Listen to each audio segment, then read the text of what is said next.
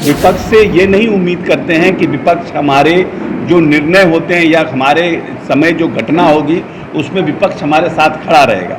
और सभी 7 लोगों की कमेटी बनाई गई है। कमेटी जांच कर रही है, 1 हफ्ता में वो रिपोर्ट देगी। विपक्ष का काम है आरोप लगाना। विपक्ष अपना आरोप लगा रहा है कि कहाँ से हुआ है, शॉर्ट सर्किट से हुआ है, किस परिस्थिति में हुआ है, और रिपोर्ट की जानकारी देगी।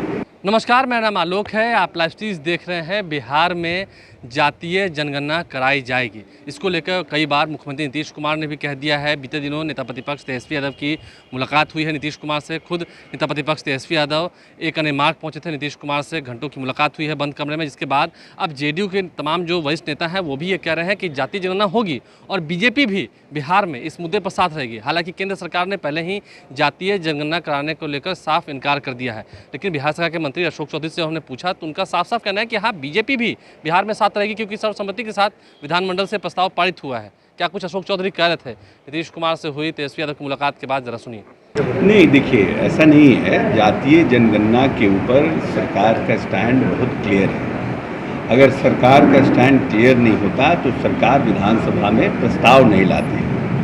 प्रस्ताव विधानसभा में कोई भी आता है वो सरकार लेके आती है। सरकार ने जातीय जनगणना पर प्रस्ताव लाया और प्रस्ताव को कंसेंसस बना के सर्वसम्मति से पारित कराया। ये भी बात है कि सर्वसम्मति से पारित कराना एक पॉलिटिकल डिप्लोमेसी है, और सर्वसम्मति से वो प्रस्ताव पारित हुआ। उसके बाद प्रतिनिधिमंडल सर्वदलीय बैठक हुई। सर्वदलीय बैठक में ये निर्णय हुआ कि एक सर्वदलीय प्रतिनिधिमंडल प्रधानमंत्री जी से मिलकर के अपनी बातों को रखे, और उस पर प्रधानमंत्री से मिलकर अपनी बातों को प्रतिनिधिमंडल ने रखा। अब केंद्र का निर्णय है कि राज्य अपने स्तर पर जातीय जनगणना करा सकता है।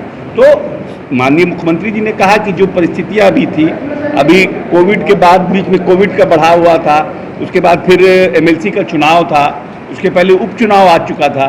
तो जैसे मौका मिलेगा सर्वदलीय फिर से बैठक होगी, बैठक होने के बाद उस पर निर्णय लिया जाएगा कि बीजेपी साथ देगी, आप काफी सहयोगी पार्टी। नहीं, क्योंकि सर्वसम्मति से निश्चित रूप से हम लोग पॉजिटिव हैं कि बीजेपी साथ देगी, क्योंकि प्रतिनिधिमंडल में बीजेपी का भी साथ था, और जो सर्वसम्मति से विधानसभा से जो पारित हुआ है उसमें भारतीय जनता पार्टी के लोग भी शामिल थे।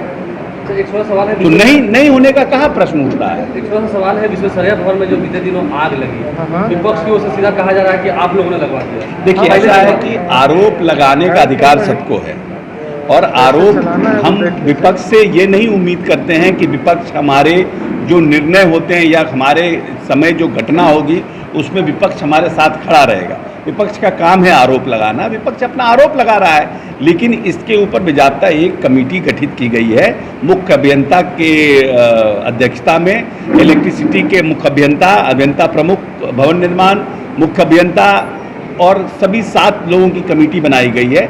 कमेटी जांच कर रही है, 1 हफ्ता में वो रिपोर्ट देगी कि कहाँ से हुआ है, शॉर्ट सर्किट से हुआ है, किस परिस्थिति में हुआ है, और रिपोर्ट की जानकारी देगी।